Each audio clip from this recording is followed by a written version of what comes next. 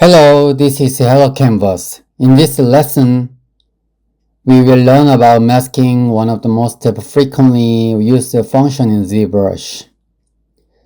To put it simply, masking is a tool that allows you to work by protecting or fixing a specific area. It is very often used when sculpting or brushing,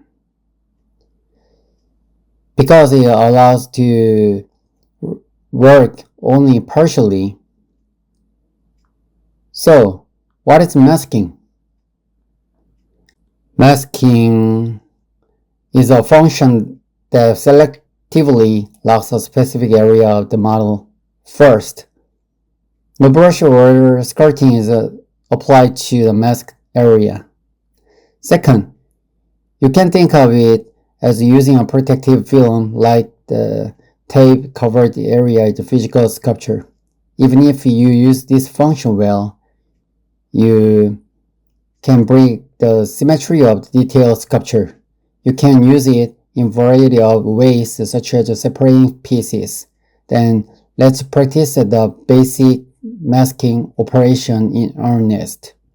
First, the basic method of the masking in ZBrush is as follows. First, hold down the control and paint on the object like this. You can paint the mask directly. Secondly, you can erase the already masked part by pressing Ctrl Alt and dragging like this. You must remember this part here. The masking operation is formed by pressing the Ctrl key. Here, release the mask as a whole. If you mask, press Ctrl on an empty area of the canvas and click and drag to release the entire mask. Let's look at the mask tool option together. First is top menu toolbox. Can you see the masking? You will enter masking box. If you go in like this, you can use various masking functions. First, there's mask by Cathy. It's located bottom here, and it's a function that automatically applies mask to concave area. Second, it's masked by smoothness, fixed valley, and there are two other functions like this. It is a function that automatically applies mask according to the surface characteristics. I will tell you one of the most frequently used functions. There is a sharpen and blur mask. Here, I will press the sample control and apply the mask like this. After doing it like this, the silhouette on the outside is a bit fake. It is neither clear nor completely blurred. If you look at the right side here, it is sharpening and blurring. Blur means blurry and sharp means sharp. If you press this, you can see the change like this. Another tip I give you here is a shortcut key. If you press Ctrl here and click on the mask part like this, the mask will be blurred. Secondly, if you press Ctrl Alt key, the mask will be sharpened. Please do your homework to check that you can do this. This time we will practice an example of modeling using a mask. Now, let's create a simple example using masking. First, create the sphere. Please prepare like this. And let's try masking the area corresponding to the ear with a simple sample. Let's paint it like this. Then we will try invert it. There is a word for inversion in English called inverse.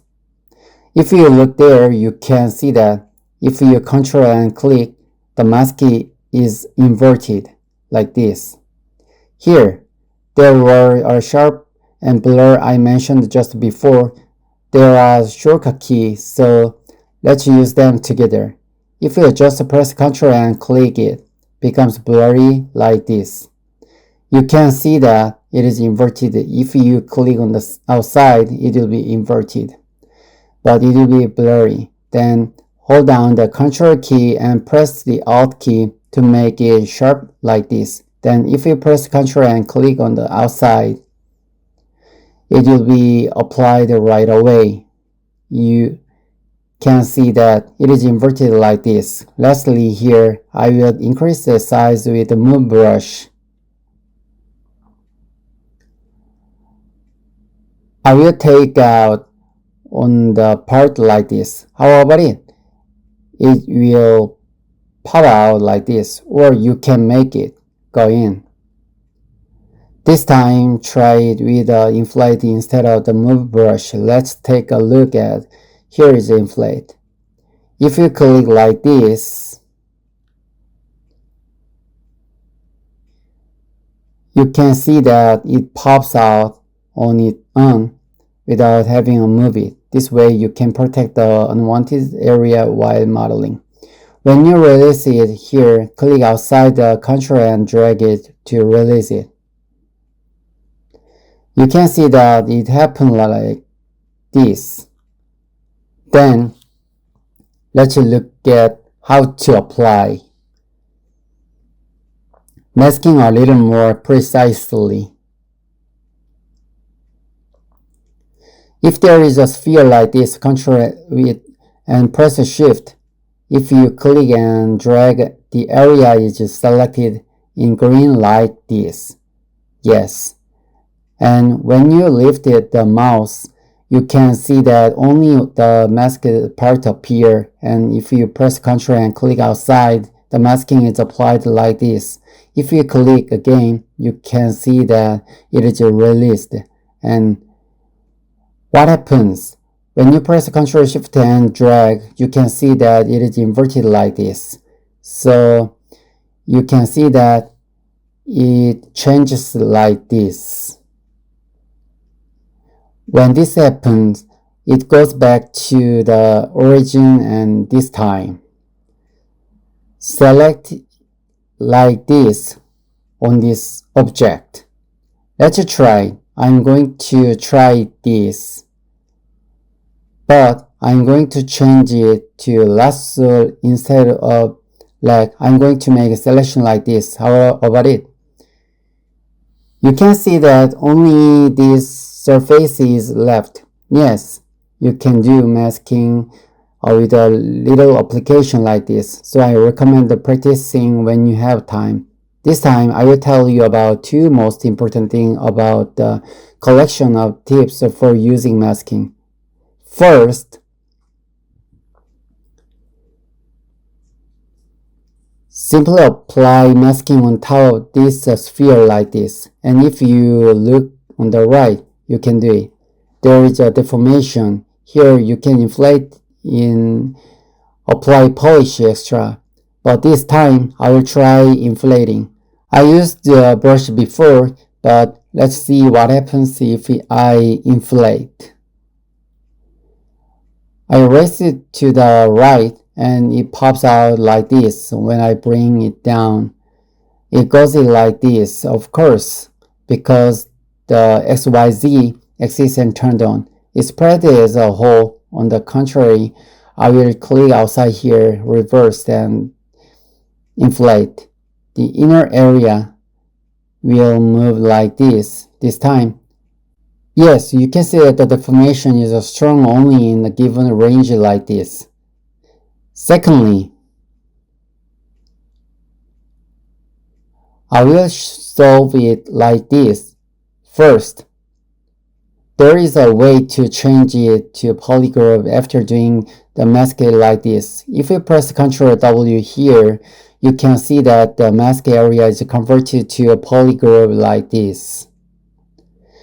you can see that you can select it very quickly when you're working with a polygon.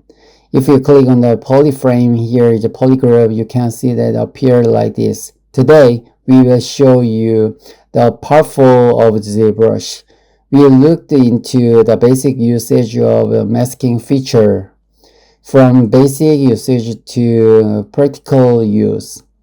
Beginners may find it confusing at first, but after using it few times, you will realize that it is a very convenient and powerful tool. Next time, we will cover how to use Gizmo 3D. If you liked this video, please like and subscribe to the notification setting. Thank you.